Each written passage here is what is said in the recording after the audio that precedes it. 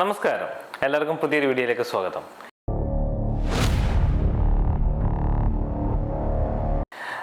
കഴിഞ്ഞ ഒരു 4-5 മാസമായിട്ട് ശരിക്കും പറഞ്ഞു കഴിഞ്ഞാൽ നമ്മളെ നിക്ഷേപകർക്ക് ഓരോരുത്തർക്കും വളരെയധികം ടെൻഷൻസ് ഉള്ളിൽ വരുന്നൊരു സമയം അല്ലേ? എനിക്ക് തോന്നുന്നു നിങ്ങൾ ഓൾമോസ്റ്റ് ഈ ഓഹരി വിപണിയിൽ നിക്ഷേപിച്ചവരായിക്കോട്ടെ, മ്യൂച്വൽ ഫണ്ട്സിൽ ഇൻവെസ്റ്റ് ചെയ്തവരായിക്കോട്ടെ, കഴിഞ്ഞ ഒരു 4-5 മാസത്തിനുള്ളിൽ എല്ലാവരുടെയും ഉള്ളിൽ ഞാൻ ചെയ്തതൊരു മണ്ടത്തരമായി പോയോ എന്നൊരു ചിന്തയുണ്ട്. നിങ്ങൾക്കും അതുണ്ടെന്ന് തന്നെയാണ് എൻ്റെ വിശ്വാസം. കാരണം നമുക്കറിയാം, കഴിഞ്ഞ ഒരു 5 മാസത്തിനിടയിൽ ഇപ്പം ഒരു 3-4 മാസം മുന്നേ വരെ മാർക്കറ്റിൽ ഒരു 1 to 3% അല്ലെങ്കിൽ 5% കറക്ഷൻ ഉണ്ടായപ്പോൾ എല്ലാവരും ഒന്ന് പേടിച്ചു. എന്താ, എൻ്റെ ഇൻവെസ്റ്റ്മെൻറ്റിൻ്റെ വാല്യൂ, അതായത് എനിക്ക് ഇൻവെസ്റ്റ് ചെയ്തു, മാർക്കറ്റിൽ നല്ലൊരു കയറ്റം കിട്ടി, അപ്പം പെട്ടെന്ന് 50,000-60,000 രൂപയ്ക്ക് ഗ്രോത്ത് കണ്ടു. പക്ഷേ ആ 60,000-ൽ നിന്ന് മാർക്കറ്റിൽ ഒരു കറക്ഷൻ വന്നപ്പോൾ ഇൻവെസ്റ്റ് ചെയ്ത തുകയേക്കാളും താഴേക്ക് പോയി. അത് കണ്ടപ്പോൾ ആദ്യം ഉള്ളിൻ്റെ ഉള്ളിൽ ചെറിയൊരു പേടി വന്നു. അപ്പോൾ എന്നോട് ചോദിച്ചു, കുറേ പേരെ വിളിച്ച് ചോദിച്ചു, ജെയിംസേ എടാ ലാഭത്തിൽ നിന്ന് നഷ്ടമായി, എന്താ ചെയ്യുക, പ്രശ്നമുണ്ടോ? ഒന്നും പേടിക്കണ്ട, അങ്ങനെ ഇരിക്കട്ടെ.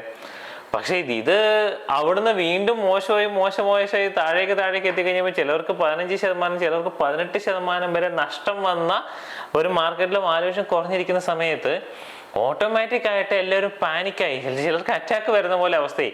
ഓൾറെഡി ചിലവർക്ക് 30-33 ലക്ഷം രൂപ ഇൻവെസ്റ്റ് ചെയ്ത് 55-58 ലക്ഷം രൂപ വരെ വാലുവേഷൻ വന്നതിൽ നിന്ന് അതിന്റെ വാലുവേഷൻ ഇപ്പൊ കുറഞ്ഞ് 48 ലക്ഷമായി. അത് കേട്ട് ഈ വാലുവേഷൻ കണ്ട എൻ്റെ കോട്ടയത്തുള്ള ഒരു ചേച്ചി എന്നെ വെച്ചിട്ട് പറഞ്ഞു, ജെയിംസേ എടാ 10 ലക്ഷം രൂപയോളം കുറഞ്ഞു പോയടാ, എന്നാ ചെയ്യേണ്ടതെന്ന് പറഞ്ഞ് കരയുവാണ്.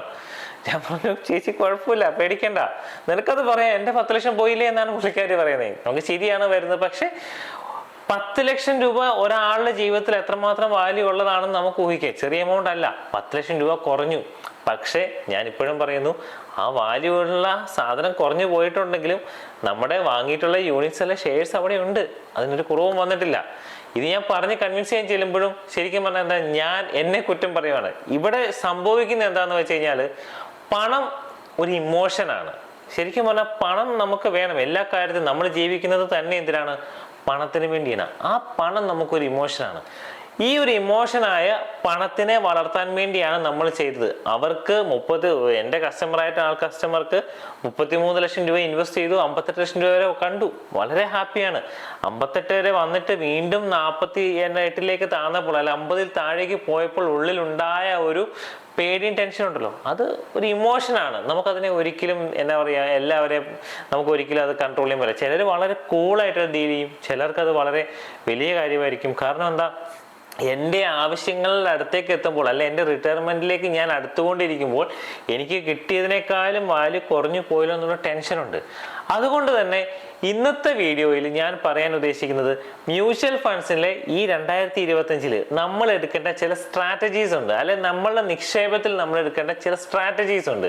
ആ സ്ട്രാറ്റജീസ് എന്നതാണെന്നാണ് ഞാൻ ഇന്നത്തെ വീഡിയോയിലേക്ക് പറയാൻ പോകുന്നത്. ഇന്നത്തെ വീഡിയോയിൽ 3 കാര്യങ്ങളാണ് നമ്മൾ മെയിനായിട്ട് ചിന്തിക്കാൻ പോകുന്നത്. അതായത് എങ്ങനെയാണ് നല്ലൊരു മ്യൂച്വൽ ഫണ്ട് സെലക്ട് ചെയ്യുക എന്നുള്ളത്, അതുപോലെ തന്നെ എന്താണ് എൻ്റെ പ്രായത്തിനും എൻ്റെ വരുമാനത്തിനും അനുസരിച്ച് എൻ്റെ നിക്ഷേപത്തിൽ ഞാൻ എന്ത് സ്ട്രാറ്റജിയാണ് ഉൾപ്പെടുത്തേണ്ടതെന്നുള്ളൊരു കാര്യം. മൂന്നാമത്തേന്ന് വെച്ച് കഴിഞ്ഞാൽ, ഞാൻ പേഴ്സണലി ഇപ്പോൾ ചെയ്തുകൊണ്ടിരിക്കുന്ന മ്യൂച്വൽ ഫണ്ട്സ് ഏതൊക്കെയാണെന്നുള്ളതാണ്. അപ്പോൾ ഈ 3 കാര്യങ്ങളാണ് നമ്മൾ ഇന്നത്തെ വീഡിയോയിൽ മെയിനായിട്ട് സംസാരിക്കാൻ പോകുന്നത്. അതിന് മുന്നോടിയായിട്ട് എനിക്ക് കുറച്ച് കാര്യങ്ങൾ, ഒരു 3 കാര്യങ്ങൾ നിങ്ങളോട് വളരെ പേഴ്സണലായിട്ട് എനിക്ക് പറയാൻ ആഗ്രഹിക്കുകയാണ്. അതായത് ശരിക്കും പറഞ്ഞു കഴിഞ്ഞാൽ, നമ്മളെപ്പോലുള്ള ഒരുപാട് ആൾക്കാർ നിങ്ങളെ മ്യൂച്വൽ ഫണ്ട്സ് നിക്ഷേപത്തിനെ പറ്റി പറയുകയും, അല്ലെങ്കിൽ ഒരുപാട് പേരുടെ ഓഹരി വിപണിയിൽ ഇന്നത് വാങ്ങുന്നുള്ള ലൈവായിട്ട് വീഡിയോ ചെയ്യുന്നതും, ഷെയർ വാങ്ങുന്നതും, ട്രേഡ് ചെയ്യുന്നതും, മൽഗോ ട്രേഡ് ചെയ്യുന്നതിനെ പറ്റിയൊക്കെ ഒരുപാട് വീഡിയോസ് നമ്മുടെ കയ്യിൽ ഇങ്ങനെ വന്നുകൊണ്ടിരിപ്പുണ്ട്. നമ്മൾ അതിലെല്ലാം എന്താ പറയുക, ഇൻട്രസ്റ്റഡ് ആയിട്ട് നമ്മൾ പല കാര്യങ്ങളും ചെയ്തു. പക്ഷെ കഴിഞ്ഞ 3-4 മാസങ്ങളിൽ കിട്ടിയ നെഗറ്റീവ് റിട്ടേൺസ് നമ്മുടെ പ്രതീക്ഷ എല്ലാം തകിടം മറിക്കുന്നതായിരുന്നു. അതുകൊണ്ട് തന്നെ ഇത് ഞാൻ വളരെ എൻ്റെ പേഴ്സണൽ അനുഭവത്തിൽ, എൻ്റെ ഒരു പേഴ്സണൽ എക്സ്പീരിയൻസിൽ ഞാൻ നിങ്ങളോട് പറയുകയാണ്, 3 കാര്യങ്ങൾ നിങ്ങൾ ഒന്ന് മനസ്സിൽ വെക്കണം. അതെന്താന്ന് വെച്ച് കഴിഞ്ഞാൽ, നിങ്ങൾ എന്ത് നിക്ഷേപം നടത്തുവാണെങ്കിലും നിങ്ങളൊരു ഹോംവർക്ക് ചെയ്യണം, നിങ്ങളൊരു സ്റ്റഡി നടത്തണം. ആരേലും എന്തേലും പറയുന്നത് കേട്ട് ചെയ്താൽ അത് നഷ്ടം നിങ്ങൾക്കായിരിക്കും. ഇപ്പം ഞാൻ നിങ്ങളോട്, എന്നെ വിളിക്കുന്ന കസ്റ്റമേഴ്സിനോട് ഞാൻ എല്ലാവരോടും പറയുന്നുണ്ട്, നിങ്ങൾക്ക് ഞാൻ ചില ഫണ്ടുകൾ റെക്കമെൻഡ് ചെയ്യാം. ഈ റെക്കമെൻഡേഷനിൽ നിങ്ങൾക്ക് ഏതാണ് വേണ്ടതെന്ന് നിങ്ങൾ തന്നെ എനിക്ക് സെലക്ട് ചെയ്തതാണ്. കാരണം എനിക്ക് സജസ്റ്റ് ചെയ്യാം ഇന്നതാണ് ഫണ്ട്, റിട്ടേൺസ് ഇത്രയാണ്, ഇതിൻ്റെ എക്സ്പെൻസ് റേഷ്യോ ഇത്രയാണ്, ഇതിൻ്റെ പെർഫോമൻസ് ഇത്രയാണ്, ലാസ്റ്റ് 5 ഇയർ 10 ഇയർ റിട്ടേൺസ് ഇത്രയാണ്, ലാസ്റ്റ് 1 ഇയറിൽ ഇത്രയാണ്, അപ്പോൾ 1 ഇയർ നമ്മൾ നോക്കേണ്ട, ഇങ്ങനെ തന്നെ കാര്യങ്ങളെല്ലാം ഞാൻ പറഞ്ഞു കൊടുക്കും. അപ്പോൾ ഈ കാര്യങ്ങളിൽ നിന്ന് അവർക്ക് ഏതാണോ വേണ്ടത് ഞാൻ അവരെ കൊണ്ട് പഠിപ്പിക്കുവാണ്. കാരണം അവർ കണ്ണും പൂട്ടി ഒരു കസ്റ്റമർ ചെയ്യുന്ന സമയത്ത് ഇപ്പം അവർക്ക് തന്നെ മനസ്സിലായി. ചിലർ പറയും ഒന്നും രണ്ടും കൽപ്പിച്ച് പറയും, ജെയിംസ് നീ ഇഷ്ടമുള്ളത് പറഞ്ഞു, എനിക്കറിയത്തില്ല, നീ ചെയ്തോ. ഞാൻ അങ്ങനെയുള്ളവർക്ക് നല്ല 2-3 ഫണ്ടുകൾ പറഞ്ഞു കൊടുക്കും, അവരതിൽ സാറ്റിസ്ഫൈഡ് ആണ്. ഞാൻ പറയും ഇന്ന കാര്യങ്ങൾ കൊണ്ടാണ് ഞാനിത് പറഞ്ഞിരിക്കുന്നത്, അതുകൊണ്ട് തന്നെ നിങ്ങൾക്ക് അതിൽ വിശ്വസിക്കാം. അവർ എന്നെ വിശ്വസിക്കുന്നത് കൊണ്ടായിരിക്കാം ചിലതൊക്കെ അവർ കണ്ടിന്യൂ ചെയ്തു പോകുന്നു.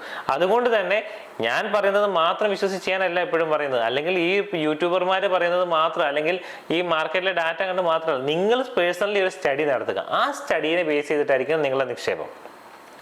രണ്ടാമത്തെ കാര്യം എന്ന് വെച്ച് കഴിഞ്ഞാൽ മറ്റുള്ളവരുടെ പോർട്ട്ഫോളിയോ, അതായത് മറ്റുള്ളവർ ചെയ്തിട്ടുള്ള നിക്ഷേപങ്ങൾ നിങ്ങൾ ഒരിക്കലും കോപ്പി അടിക്കരുത്. കാരണം നിങ്ങളുടെ സ്വഭാവവും നിങ്ങളുടെ വരുമാനവും നിങ്ങളുടെ പ്രായവും നിങ്ങളുടെ ടേസ്റ്റും കാര്യങ്ങളും ഒന്നുമല്ല മറ്റൊരാൾക്ക്. ഇപ്പൊ ഞാൻ എന്ന വ്യക്തി ഇവിടെ ഇരുന്ന് വീഡിയോ ചെയ്യുമ്പോൾ എന്നെ കാണുന്ന ആയിരക്കണക്കിന് ആളുകൾ, അല്ലെങ്കിൽ എൻ്റെ ചുറ്റും ഈ കേരളത്തിലെ അല്ലെ ഇന്ത്യയിലെ 140 കോടി ജനങ്ങളും എന്നിൽ നിന്ന് എൻ്റയർലി ഡിഫറെൻ്റ് ആണ്. കാരണം എൻ്റെ വരുമാനം, എൻ്റെ പ്രായം, എൻ്റെ ചിന്തകൾ, എൻ്റെ റിസ്ക് എടുക്കാനുള്ള കഴിവ്, ഇതെല്ലാം മറ്റുള്ളവരുമായിട്ട് എൻ്റയർലി ഡിഫറെൻ്റ് ആണ്. അതുകൊണ്ട് തന്നെ ഞാനൊരു ഫണ്ട് തിരഞ്ഞെടുക്കുമ്പോൾ ആ ഫണ്ട് അത്ര റിട്ടേൺ തന്നല്ലോ എന്ന് അവന് കൊടുത്തിട്ടുണ്ടല്ലോ, അപ്പൊ ഞാൻ ഇട്ടിട്ടുള്ള നിക്ഷേപങ്ങൾ എനിക്ക് എന്തുകൊണ്ട് കിട്ടിയില്ല എന്നൊരു ചിന്ത വേണ്ട. മറ്റുള്ള ആളെ കോപ്പി അടിക്കാൻ പോകരുത്. നിങ്ങൾ യൂണീക്കാണ്. അപ്പൊ നിങ്ങൾ എടുക്കുന്ന നിക്ഷേപങ്ങളും നിങ്ങൾ എടുക്കുന്ന തീരുമാനങ്ങളും ആ യൂണീക്ക് തീർച്ചയായിട്ടും ഉണ്ടാകണം. കാരണം നിങ്ങൾക്ക് ആവശ്യമുള്ള റിസ്ക് ആയിരിക്കില്ല മറ്റൊരാൾക്ക് ആവശ്യമുള്ള റിസ്ക്.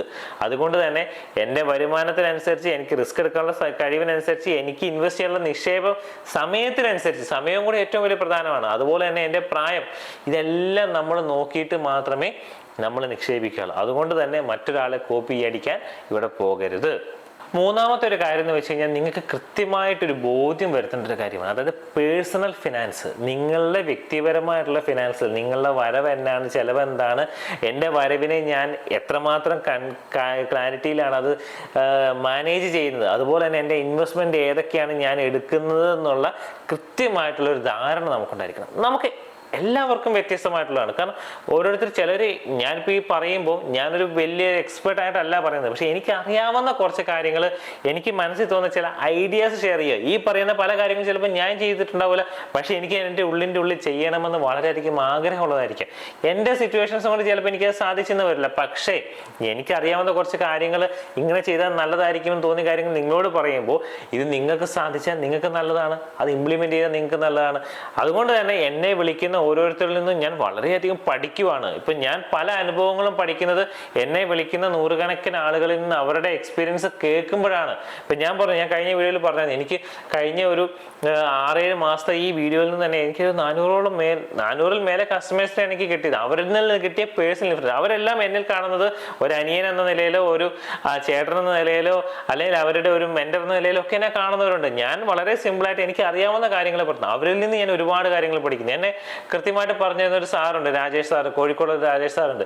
അദ്ദേഹത്തിന് ഞാൻ ഒരുപാട് കാര്യങ്ങൾ, പുള്ളിക്കാരൻ ഞാൻ വീഡിയോ ചെയ്യുമ്പോഴും കാര്യങ്ങൾ കൃത്യമായിട്ട് തന്നെ, ജെയിംസ് ഇങ്ങനെ ചെയ്താൽ നന്നായിരിക്കും, ഇന്ന കാര്യങ്ങൾ പറഞ്ഞാൽ നന്നായിരിക്കും. പുള്ളിക്കാരൻ എനിക്ക് ഡെയിലി അപ്ഡേഷൻസ് ഒക്കെ തരും. എനിക്ക് ഒരുപാട് കാര്യങ്ങൾ പഠിക്കാൻ സാധിക്കുന്നു. അതുപോലെ ഒരുപാട് കാര്യങ്ങൾ എക്സ്പീരിയൻസ് വരുമ്പോൾ ഇത് മറ്റുള്ളവരുടെ ലൈഫായിട്ട് റിലേറ്റ് ചെയ്യുമ്പോൾ അത് നല്ലതാണല്ലോ. അല്ലെങ്കിൽ ചിലവരുടെ ജീവിതത്തിൽ അവർ കാണിച്ചു വെച്ച മണ്ടത്തരങ്ങൾ, അത് വരാതിരിക്കാനുള്ള കാര്യങ്ങൾ എനിക്ക് ഈ ടോപ്പിക്കിൽ പറയാൻ സാധിക്കുന്നത്. അപ്പോൾ ഞാൻ പറയുന്ന ഒരു കാര്യം എന്ന് വെച്ച് കഴിഞ്ഞാൽ, പേഴ്സണൽ ഫിനാൻസിൽ നിങ്ങൾ കൃത്യമായിട്ടുള്ള ഒരു ഇതുണ്ടായിരിക്കണം. ആ ഒരു അനുഭവം മറ്റുള്ളവരുടെ അനുഭവത്തിൽ നിന്ന് പറഞ്ഞു തരുമ്പോൾ അത് നിങ്ങളുടെ ജീവിതത്തിൽ ഇംപ്ലിമെൻറ്റ് ചെയ്യാനുള്ള കാര്യം നിങ്ങൾ ശ്രദ്ധിക്കുക.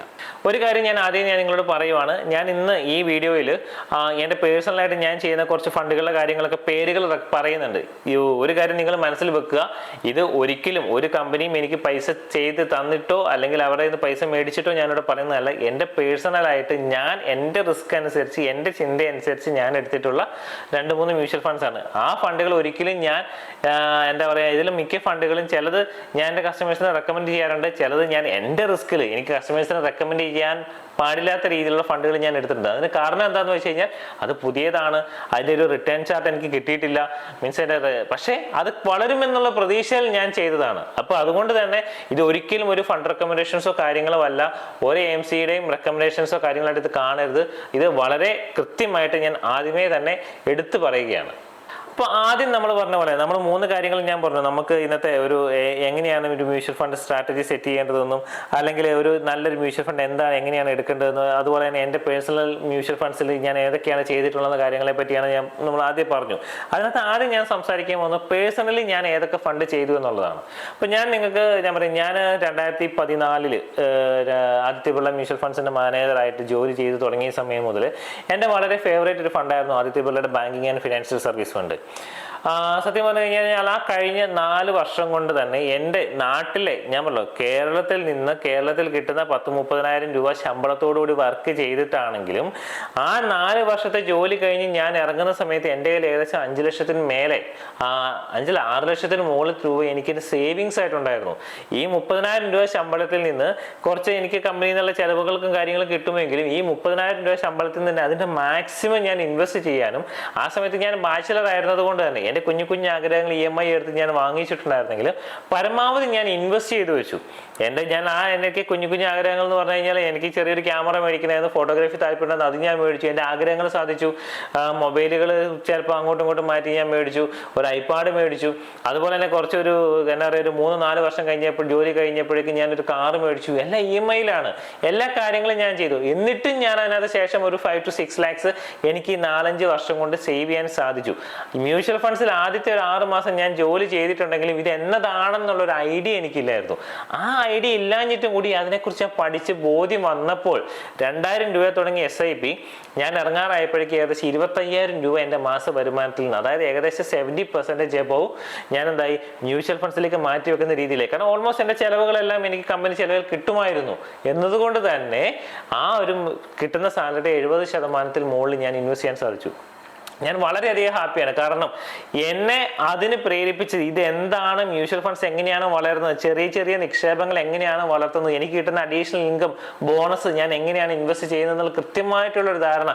അതുപോലെ തന്നെ ഒരു എമർജൻസി സിറ്റുവേഷനിൽ എനിക്കൊരു ഫണ്ട് വന്നു കഴിഞ്ഞാൽ അതിനെ പ്രൊട്ടക്ട് ചെയ്യാൻ എന്തൊക്കെയാണ് എടുത്ത് വെക്കേണ്ടതെന്നുള്ള കൃത്യമായിട്ടുള്ളൊരു ബോധ്യം എനിക്ക് പേഴ്സണലി വന്നതുകൊണ്ടാണ്. അതുകൊണ്ടാണ് ഇത്രയും കൃത്യമായിട്ട് ഞാനിത് ചെയ്യാൻ സാധിച്ചത്. അപ്പോൾ ഈ പറയുന്ന വീഡിയോസിൽ ആദ്യമായിട്ട് ഞാൻ ചെയ്ത ഫണ്ടാണ് banking and financial service fund. ആ ഒരു 4-5 വർഷം ഞാൻ കണ്ടിന്യൂസ് ആയിട്ട് ചെയ്തിരുന്നു. പിന്നീട് ഞാൻ ജോലി വിട്ട സമയത്ത് എനിക്ക് കണ്ടിന്യൂ ചെയ്യാൻ സാധിച്ചില്ല. എന്നാലും ആ ഒരു 5 വർഷം ചെയ്തപ്പോൾ എനിക്ക് ഏകദേശം 38% അതിൻ്റെ XIRR, അതായത് ആ ഒരു കാലയളവിൽ എനിക്ക് ആവറേജ് കിട്ടിയത് റിട്ടേൺ എന്ന് പറഞ്ഞാൽ ഒരു റോളിംഗ് റിട്ടേൺ ആയിട്ട് എനിക്ക് ഏകദേശം 38% റിട്ടേൺ കിട്ടിയൊരു ഫണ്ടാണ്. ഞാൻ പറഞ്ഞു, എൻ്റെ ഇൻവെസ്റ്റ്മെൻറ്റിനെ ഏകദേശം ഒരു 1.5-2 മടങ്ങിൽ അധികം വളർത്തിയ ഒരു ഫണ്ടായിരുന്നു. വളരെയധികം ഹാപ്പി ആയിട്ട് പോയിക്കൊണ്ടിരുന്നതാണ്. പിന്നീട് ഞാൻ ആ ഒരു 2 വർഷത്തേക്ക് എനിക്ക് SIP ചെയ്യാൻ സാധിച്ചില്ല. കാരണം ഞാൻ നിങ്ങളോട് പറഞ്ഞു, എൻ്റെ ഒരു ബിസിനസ് കാര്യങ്ങൾ ഞാൻ ഇങ്ങോട്ട് ഇറങ്ങി ഫുള്ളി എൻഗേജ്ഡ് ആയിരുന്നു. പിന്നെ ബിസിനസ്സിൽ ഇൻകം ഒക്കെ വന്നിട്ട് വീണ്ടും കഴിഞ്ഞ ഒരു 1-2 വർഷമായിട്ടാണ് ഞാൻ മെല്ലെ എൻ്റെ SIP ഇൻവെസ്റ്റ്മെന്റ്സ് ഇത് വരുന്നത്. പക്ഷേ ഇതുവരെയും ഞാൻ പൊട്ടിക്കാതിരുന്ന എൻ്റെ മ്യൂച്വൽ ഫണ്ട്സ് നിക്ഷേപത്തിൽ ഇതുവരെയും പൊട്ടിക്കാതിരുന്ന ഒരു ഫണ്ടായിരുന്നു മിറേ അസറ്റ്സിന്റെ ടാക്സ് സേവർ ഫണ്ട്. ഞാൻ ടാക്സ് സേവറിൽ കുറച്ചധികം ഫണ്ട് ഇൻവെസ്റ്റ് ചെയ്യുമായിരുന്നു. ELSS കാറ്റഗറിയിൽ, ഇക്വിറ്റി ലിങ്ക്ഡ് സേവിംഗ് സ്കീം. അത് എന്തായിരുന്നു എന്ന് വെച്ച് കഴിഞ്ഞാൽ 3 വർഷം ലോക്കിൻ പീരീഡ് ഉണ്ട്. നമുക്ക് പണ്ട് ATCയിൽ 1.5 ലക്ഷം രൂപ ഇൻവെസ്റ്റ് ചെയ്തല്ലേ പറ്റുമായിരുന്നുള്ളൂ. അതുകൊണ്ട് നമുക്ക് ടാക്സ് സേവ് ചെയ്യാൻ വേണ്ടി, മീൻസ് ഇത് അടയ്ക്കാതിരിക്കാൻ വേണ്ടി, അതിനുവേണ്ടി തന്നെ അങ്ങ് ചെയ്യുന്നത് കൊണ്ട് തന്നെ ആ ഒരു ഇൻവെസ്റ്റ്മെന്റ് സേഫ് ആയിട്ട് അവിടെ കിടക്കുകയും ചെയ്യും. 3 വർഷം ലോക്കിൻ പീരീഡ് കൊണ്ട് 3 വർഷത്തേക്ക് എനിക്ക് എടുക്കാനും പറ്റത്തില്ല.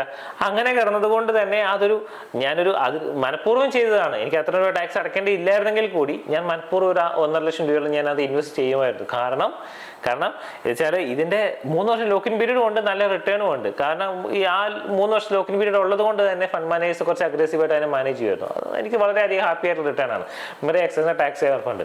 ഇപ്പോൾ ഞാൻ പേഴ്സണലി ചെയ്തുകൊണ്ടിരിക്കുന്നതിൽ വളരെയധികം ഞാൻ പറഞ്ഞു, ഞാൻ മറ്റുള്ളവർക്ക് റെക്കമെൻഡ് ചെയ്യാത്തൊരു ഫണ്ടാണ്. പക്ഷേ ഞാൻ പേഴ്സണലി ചെയ്തുകൊണ്ടിരിക്കുന്ന ഒരു ഫണ്ട് ഏതാണെന്ന് വെച്ച് കഴിഞ്ഞാൽ സ്മോൾ ക്യാപ് കാറ്റഗറിയിൽ ഒന്ന് SBIയുടെ സ്മോൾ ക്യാപ്പ് ഞാൻ റെക്കമെൻഡ് ചെയ്യാറുണ്ട്. അത് ഇപ്പോൾ ഞാൻ SIP ചെയ്യുന്നുണ്ട്. ഒപ്പം തന്നെ നമ്മുടെ മോത്തിലാൽ ഓസ്വാളിൻ്റെ സ്മോൾ ക്യാപ് ഫണ്ടിലും ഞാൻ ഇൻവെസ്റ്റ് ചെയ്യുന്നുണ്ട്. മഹീന്ദ്രയുടെ സ്മോൾ ക്യാപ് ഫണ്ടിൽ ഞാൻ ഇൻവെസ്റ്റ് ചെയ്യുന്നത്. എന്തുകൊണ്ടാണ് ഞാൻ സ്മോൾ ക്യാപ്പിൽ ചെയ്തതെന്ന് വെച്ചാൽ എനിക്ക് എൻ്റെ റിസ്ക് അറിയാം. ഞാനത് എല്ലാവരോടും ഞാൻ സ്മോൾ ക്യാപ്പ് പറയാറില്ല, പക്ഷേ എൻ്റെ ഒരു ഇൻകത്തിൽ കുറച്ചധികം ഞാൻ സ്മോൾ ക്യാപ്പിൽ ചെയ്യാറുണ്ട്. അത് എൻ്റെ പേഴ്സണൽ റിസ്കിൽ ഞാൻ പരീക്ഷണ അടിസ്ഥാനത്തിൽ ചെയ്യുന്നതാണ്. ഒരു റിസ്ക് വന്നാലും എനിക്ക് എന്നെ ബോധിപ്പിച്ചാൽ മതി, മറ്റുള്ളവരെ ബോധിപ്പിക്കേണ്ട. കാരണം ഈ ഫണ്ടിനെ എങ്ങനെ മാനേജ് ചെയ്യായിരുന്നു, ആ ഫണ്ടിൽ നെഗറ്റീവ് വന്നെങ്കിൽ ഇപ്പോൾ ഓൾമോസ്റ്റ് എല്ലാം എൻ്റെ നെഗറ്റീവ് റിട്ടേൺസിലാണ് കിടക്കുന്നത്. ഈ റീസെൻ്റ് തുടങ്ങിയ എല്ലാ SIPs നെഗറ്റീവ് റിസ്കിലാണ് കിടക്കുന്നത്. പക്ഷേ കഴിഞ്ഞ ഒരു എന്താ പറയുക, എൻ്റെ ഞാനൊരു സിംഗിൾ വൺ ടൈം ആയിട്ട് ഇൻവെസ്റ്റ് ചെയ്തത് 1 lakh rupees ഒരു 3 year ബാക്ക് ഞാനിട്ട് 1 lakh rupees ഏകദേശം 1,80,000 വരെ വന്നതാണ്. ആ ഫണ്ട് നേരെ താന്ന് ഇപ്പോൾ ഏകദേശം 1,35,000 എത്തിയിട്ടുണ്ട്. അതായത് അത്രയും വന്നിട്ട് തിരിച്ച് താഴേക്ക് ഇറങ്ങി കാണുമ്പോൾ നമ്മൾ നേരത്തെ പറഞ്ഞതുപോലെ ഓൾമോസ്റ്റ് ഇതുണ്ടല്ലോ, ആ ഒരു ടെൻഷൻ എൻ്റെയിലും ഉണ്ട്. അപ്പോൾ ഇത്തരം കുറച്ച് ഫണ്ടുകൾ, എനിക്ക് അധികം ഫണ്ടുകളുടെ പേര് പറയാൻ സാധിക്കത്തില്ല, അതുകൊണ്ടാണ്. എന്നാൽ പോലും ഞാൻ ഈ ചില ഫണ്ടുകൾ പറയാൻ കാരണം എന്ന് വെച്ച് കഴിഞ്ഞാൽ ഇങ്ങനെ ഫണ്ടുകൾ ഞാൻ ചെയ്തിട്ടുണ്ട്. ഇതൊരിക്കലും ഒരു ഫണ്ട് റെക്കമെൻഡേഷൻ അല്ല എന്നുള്ളത് ഞാൻ ആദ്യം ഓർമ്മിപ്പിക്കുകയാണ്. ഇതിനകത്ത് ഒരു കാര്യം എന്താണെന്ന് വെച്ച് കഴിഞ്ഞാൽ, ഞാൻ ഇതിനകത്ത് മെയിനായിട്ട് ചെയ്തിരിക്കുന്ന small cap, large cap, mid cap, ഇതിനകത്തെല്ലാം ചിലർ എന്നോട് ചോദിക്കും നിങ്ങൾ എന്തുകൊണ്ട് ഇൻഡെക്സ് ഫണ്ടിൽ ചെയ്യുന്നില്ല എന്നൊരു ചോദ്യം ചിലപ്പം വരും. കാരണം ഞാൻ ഒരു ഫണ്ടുമാനെ എന്താ പറയുക, ഒരു അഡ്വൈസറായിട്ട് നിൽക്കുമ്പോൾ എനിക്ക് ചെയ്യേണ്ട ഒരു കാര്യം എന്ന് വെച്ച് കഴിഞ്ഞാൽ എന്താണ് അഡീഷണൽ ആയിട്ട് ആ ഫണ്ടിൽ നിന്ന് കിട്ടുന്നതെന്നുള്ളൂ. ഒരു ഇൻഡെക്സ് ഫണ്ടിലോ കാര്യത്തിലോ ചെയ്യുമ്പോൾ അത് ആ പെർട്ടിക്കുലർ ഇൻഡെക്സ് എത്രയാണോ തരുന്നത് മാത്രമേ ഉള്ളൂ. അതിൽ നിന്ന് അഡീഷണൽ ആയിട്ട് റിട്ടേൺ കിട്ടാനാണ് ഞാൻ ആഗ്രഹിക്കുന്നത്. എനിക്ക് എക്സ്ട്രാ റിട്ടേൺ വേണം. ആ റിട്ടേണിന് വേണ്ടിയുള്ളത് മാത്രമേ ഞാൻ ചെയ്യാറുള്ളൂ. അതെൻ്റെ പേഴ്സണൽ ഡിസിഷനാണ്. പക്ഷേ എൻ്റെ കസ്റ്റമേഴ്സിൽ കുറേ പേർക്ക് ഇൻഡെക്സ് ഫണ്ട് കൊടുക്കാറുണ്ട് അവരുടെ ആഗ്രഹപ്രകാരം. എന്നെ സംബന്ധിച്ചിടത്തോളം ഞാൻ ഇൻഡെക്സ് ഫണ്ടിനേക്കാൾ ഞാൻ വലിയൊരു ആരാധകനല്ല. അത് ഓരോരുത്തരുടെ ചിന്തയാണ്. എനിക്ക് ആക്റ്റീവ് ഫണ്ട്സിലാണ് വളരെയധികം ഹാപ്പി. ഞാൻ അതിൽ വളരെ സന്തോഷവാനുമാണ്.